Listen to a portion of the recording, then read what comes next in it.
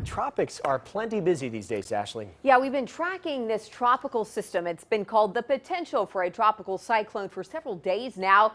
And it's finally begun to materialize, and it's now officially a tropical storm. Here's what we had to wait for. This area of circulation in the center, it really just did not have a well-defined center of circulation. It was essentially a cluster of thunderstorms. Yes, winds were peaking at 45 miles per hour. That would qualify it as a tropical storm, but it didn't have some of those other characteristics. Finally has all of those ingredients. Winds now at 50 miles per hour as it's going to be heading towards the Dominican Republic, crossing over Haiti, then skirting just to the north of Cuba, as it's expected to make landfall near Key West in Miami sometime later this weekend, late Saturday night into early Sunday, as it begins to veer off to the East Coast. Now, there's still quite a bit of runway before this really starts to make some impacts in the lower 48, so we could be tweaking that forecast slightly, but it looks like right now very limited threat for central and south Alabama.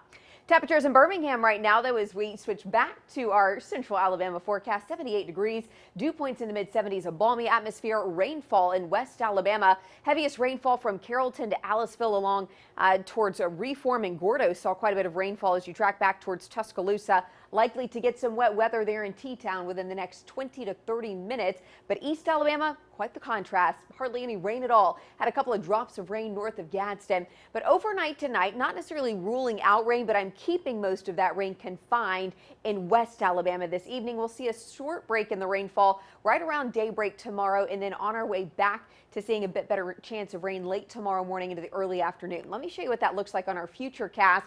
So again, quiet start to our morning, winds out of the south, temperatures starting out in the low to mid 70s, but by 10, 11 o'clock, we can begin to see those isolated showers and storms popping back up, becoming more widespread along and north of I-20 at noon tomorrow.